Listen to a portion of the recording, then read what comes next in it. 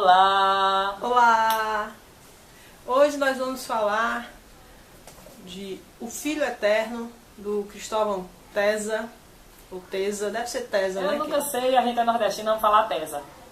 Eu vou pegar a minha obra aqui na estante. Na capa do meu livro tem simplesmente que ele ganhou Prêmio Portugal Telecom 2008, São Paulo de Literatura 2008, Jabuti 2008, Prêmio Bravo 2008 e a PCA 2007. Deve ser fraco esse livro. Pois é, além do Zafre Bourbon em 2009, Faz Diferença 2008 o Globo, Littéraire Charles Brisset em 2009.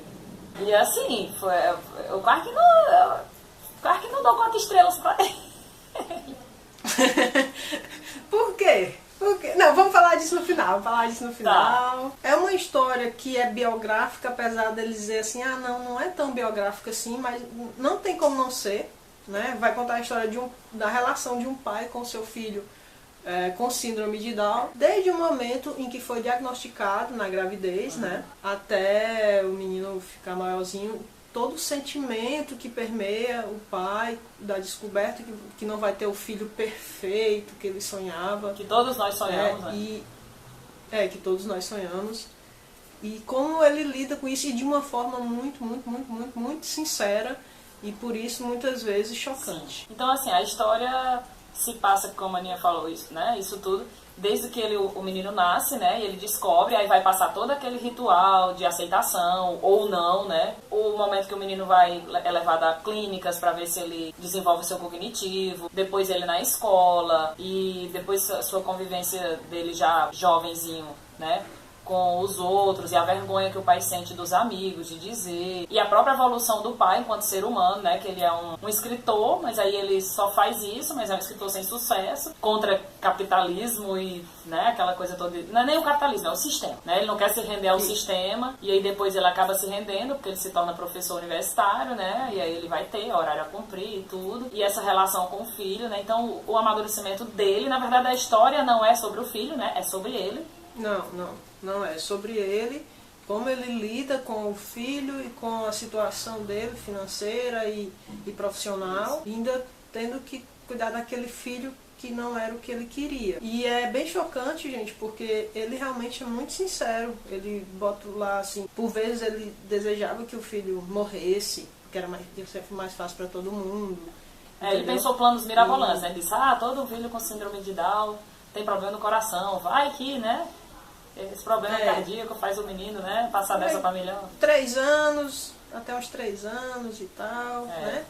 Ele começa a fantasiar a vida sem um filho, que pra ele seria mais confortável. E é a vida do Tesa, porque assim, o protagonista é escritor, tem um filho, um Down, que o Tesa tem, e os nomes dos livros que o cara está escrevendo são o nome dos livros dele. Não, e ele diz assim também, demorou muito a escrever sobre o filho. Demorou anos para escrever sobre o filho. O personagem do livro, viu? Aí ele também. Tipo... Só que ele romanceou tudo. Tanto que o Jabuti que ele ganhou foi por romance, né? Ficção. Não é biografia, né? Porque ele romanceou, é uma biografia romanceada, né? E aí talvez o nome do livro não seja... aí o nome do personagem... Não tem nome, né?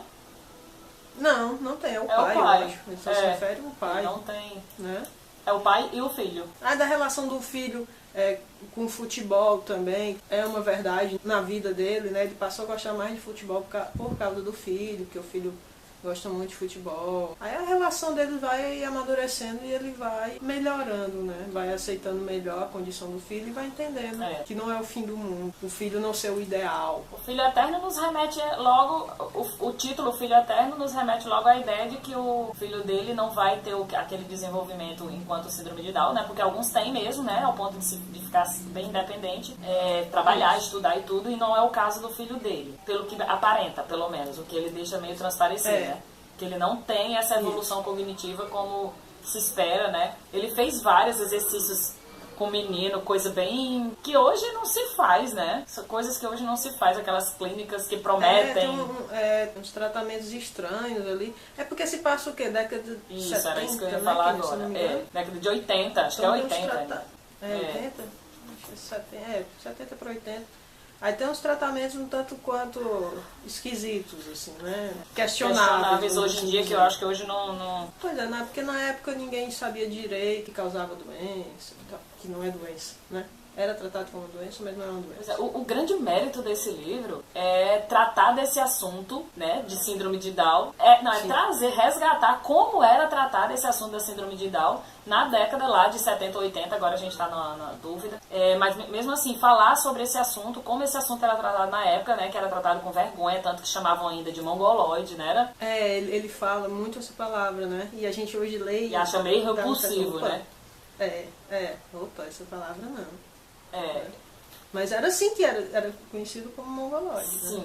Não era ofensivo. Era o termo que era usado na época. E aí vem trazer toda a realidade da discriminação, do preconceito dele mesmo, da sociedade. Acho que quem tinha menos preconceito era a mãe, porque mãe é mãe, né? Já diz o ditado. O nome já tá dizendo mãe. Já é sinônimo de não... Não, mas teve muita mãe também que não aceitou seus filhos síndrome de Down, tá brincando. Assim como teve muito pai que aceitou, é brincadeira nossa. Mas a mãe era quem aceitava e o avô, o pai dele. Isso é uma coisa engraçada, porque o pai dele era relojoeiro e ele também era relojoeiro de nascença. Ele vai sempre trazer essa relação com consertar relógios para a história toda do livro, né, Aninha? Exatamente, para consertar o filho, né? Tem essa visão assim cartesiana de relojoeiro, embora seja escritor, que é para ter uma mente bem aberta, né? Ele tem sempre esses dois lados que vai permeando aí a história do livro. É bem legal, assim. Gente, assim, por que eu disse pra Nick quase que não dou 4 estrelas? Porque é uma leitura bem densa. Porque é muito do pensamento dele, as falas dele e o pensamento dele. Aí é uma história que acaba que não é dinâmica, porque não é bem diálogo, né? Aquela coisa de diálogo. Não é. É uma narrativa mesmo, né? É como se fosse depoimento, vamos assim dizer. É bem depoimento. E aí por isso fica meio um pouco maçante às vezes. Eu acho que eu disse pra você que eu dei 4 por causa da coragem dele, né? Da forma como ele... Eu não me lembro quantas estrelas Você deu 4. Eu acho que eu dei 4. Foi, que nem eu. Foi, né? Pronto. Porque, por causa da forma como ele teve a coragem de abordar o assunto. Além de ser... E da relevância do assunto. Isso, no fim, quando a gente termina de ler, a gente vê que ele vale 4 estrelas mesmo. Porque pela relevância, pela coragem, pelo... o conjunto mesmo da obra, né? O fato dele trazer informações importantes, né? Culturais, né? Sobre como o assunto era tratado na época. Isso tudo torna a obra assim, bem legal. Aí saiu um filme, né? Tem um filme, chama O Filho Eterno, que é o filme da obra. Mas tem... Você não viu, né, Aninha? Não. Acabei que eu vi pra poder gravar o vídeo. Mas o filme, ele tem um monte de diferença, ele não é fiel. E assim, eu não consigo imaginar... eu não consigo fazer uma crítica do filme sozinho, assim, tipo assim... Não, se eu não tivesse lido, o filme seria... Eu não sei fazer isso, eu só consigo fazer comparativa. Aí quando você compara... Não, o que a gente... É porque é difícil a gente não comparar. Agora, a gente, na hora de comparar, tem que levar em consideração que são duas linguagens totalmente diferentes. Não, duas linguagens totalmente diferentes. Como... Isso, aí como é que você transforma num filme um livro de relatos? Muito difícil. Então, assim, você tem que entender que algumas concessões são feitas para a obra audiovisual e tal. Entendendo isso, mas às vezes a adaptação peca por deixar de fora coisas importantes ou por distorcer algumas coisas. Não, pois por exemplo, o menino que é sempre muito presente na história não tá tão presente. Eu não percebi que tanta presença dele no filme, assim, era mais a coisa do pai mesmo. Embora seja esse o foco do livro também, né? Mas assim, no filme o pai tinha um amante, teve um amante. Tem que virar novela, pois né? E não ficou... E no livro eu não percebi isso. E aí no filme, eu vou dar spoiler, bem grande. Não, assim, porque aí no final do filme, eles se separam, ele e a esposa, e eu não lembro deles terem se separado no livro. Ou então isso não foi importante. Nesse comparativo filme-livro, eu confesso que o filme não é um filme que eu recomendaria para uma pessoa ver. Já o livro eu recomendo para uma pessoa ler. Pessoa que gosta da temática, que gosta desse tipo de leitura, eu recomendo mesmo. Mas o filme, acho que dá para passar sem ele. Entendi. Sabe? Não é um filme que vai te acrescentar, não. Agora, se você tem muita preguiça de ler o livro e quer ver algum filme sobre a temática, talvez valha a pena, mas não capta a essência. Eu não achei que captou a essência da obra. Uma coisa que eu também achei bem legal nesse livro foi as frases dele. Ele tem várias frases assim...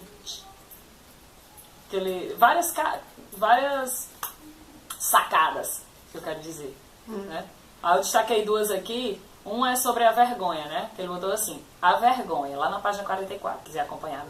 Que a sua edição de né? A minha é aquela da capa cinza. Vocês estão vendo. Vocês estão vendo, eu tô dizendo pra Aninha, viu?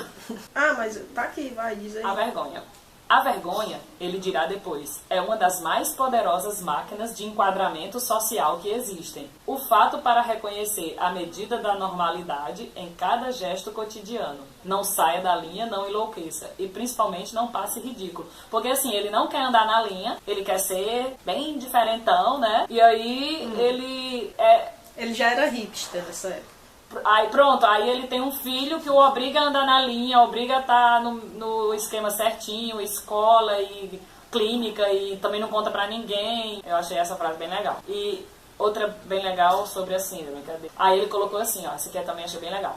Sim, de fato, ele tem os olhos meio vazios, como se ela não falasse ao pai, mas ao cientista que ele próprio tentava simular. Jamais esqueceu a dor seca na alma ao ouvir aquela observação estúpida, porém tranquila, de alguém que também tem planos de não se enganar e não enganar na vida. Sim, os olhos. Tudo funciona mal na síndrome.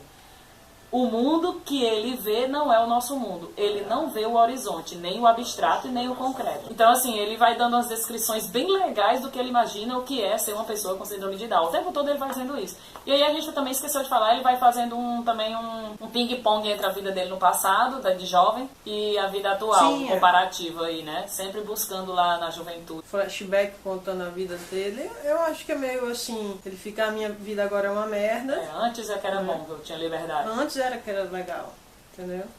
Tem a síndrome do novo pai, né? Que quer viver a vida que tinha antes. E a síndrome do novo pai com o filho com síndrome de Down. Que é ainda mais complicado, né? No caso dele. No caso de muita gente, né? Então é isso. Tem mais alguma coisa? Não. É um livro que eu recomendo. Eu também recomendo. É um livro, eu acho, temático bem importante. É um livro corajoso. É de um dos maiores escritores contemporâneos brasileiros, que é o Cristóvão Tesa. Lerei outra coisa dele. Também. E Eu você vou ler também. Tem vontade Tenho esse trapo que ele falou no livro. Tem um trapo, é super famoso, Pois é. né? Então, não sei se vai ser agora não, mas depois. Mas eu recomendo sim também. Porque eu acho que é uma obra bem legal. Como eu disse, no final. É porque é difícil, né? Um livro difícil de. Porque como é de sensações, né? Aí ele é meio travado, assim, pra leitura. Mas não que seja ruim. Ele é bom, de qualidade. Como eu disse, essas frases que ele. Esse jeito dele escrever, que também não é um jeito bem simplinho, né? Mas, muito legal. Então é isso. Por mim. Então é isso, pessoal. É isso. Tchau, tchau. Tchau, tchau.